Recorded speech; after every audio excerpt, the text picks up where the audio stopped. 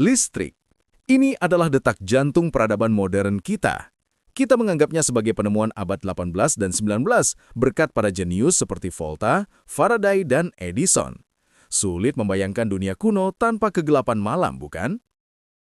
Tapi, bagaimana jika sejarah yang kita pelajari di sekolah sedikit meleset? Bagaimana jika 2000 tahun sebelum Alessandro Volta menumpuk piringan logamnya, sebuah peradaban di Mesopotamia kuno sudah menggenggam kunci dasar teknologi listrik? Ini bukan fiksi ilmiah. Ini adalah kisah nyata tentang baterai Baghdad. Sebuah artefak kecil yang telah memecah belah komunitas ilmiah selama lebih dari 80 tahun. Apakah ini bukti teknologi maju yang hilang ditelan zaman? Atau hanya sebuah kesalahpahaman arkeologi terbesar abad ini? Kisah kita dimulai bukan di bawah terik matahari situs penggalian, melainkan di ruang bawah tanah Museum Nasional Irak yang berdebu pada tahun 1938.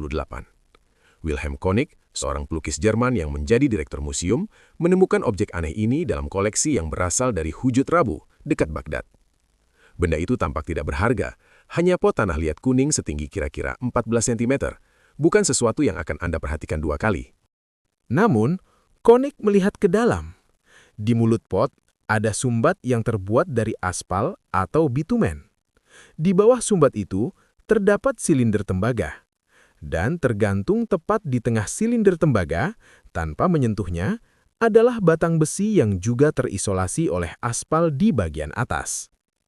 Koenig langsung menyadari sesuatu yang familiar. Logam yang berbeda, tembaga dan besi, isolator, aspal, dan wadah keramik. Jika Anda memasukkan cairan asam ke dalamnya, ini adalah resep buku teks fisika untuk membuat sel galvanik atau baterai sederhana. Artefak ini diperkirakan berasal dari zaman Kekaisaran Parthia atau Sasanid sekitar 250 Masehi hingga 640 Masehi. Ini adalah masa ketika kekaisaran besar di Timur Tengah bersaing dengan Roma. Tapi apakah mereka cukup maju untuk menemukan listrik? Setelah Perang Dunia Kedua, berbagai replika dibuat dan diuji. Hasilnya, berfungsi.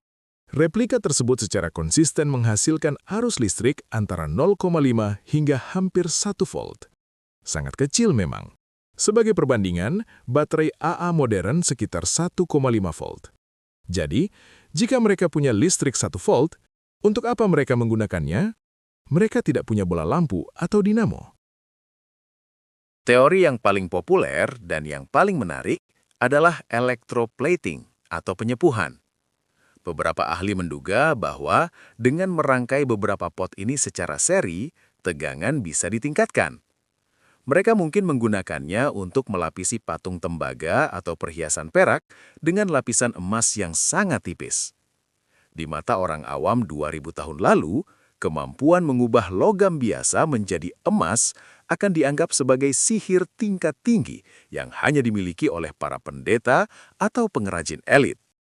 Terdengar sangat meyakinkan. Dan jujur saja, kita semua ingin percaya bahwa orang kuno memiliki teknologi tinggi. Tapi disinilah kita harus menghadapi realita arkeologi. Mayoritas arkeolog arus utama tidak setuju dengan teori baterai ini. Mengapa? Ada beberapa masalah fatal. Pertama dan yang terpenting, tidak ada kabel. Untuk menggunakan listrik, Anda perlu konduktor untuk menyalurkannya. Tidak ada sisa kawat besi atau tembaga yang ditemukan di dekat artefak tersebut yang menunjukkan adanya sirkuit luar. Kedua, desainnya tidak praktis. Sumbat aspal menutup pot dengan sangat rapat. Untuk mengganti cairan elektrolit yang habis, Anda harus merusak segelnya setiap kali. Selain itu, batang besi akan cepat larut dalam asam, membuat baterai ini hanya bertahan sangat singkat sebelum harus dibongkar total.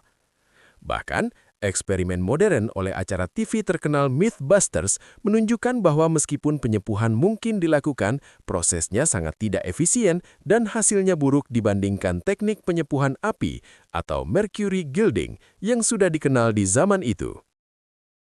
Lantas, jika bukan baterai, benda apa ini? Penjelasan yang paling diterima, meski membosankan, adalah wadah penyimpanan. Wadah serupa ditemukan di situs tetangga Seleukia, digunakan untuk menyimpan gulungan papirus suci. Mengapa ada logam berbeda? Orang kuno sering mengaitkan logam dengan sifat magis atau simpatik.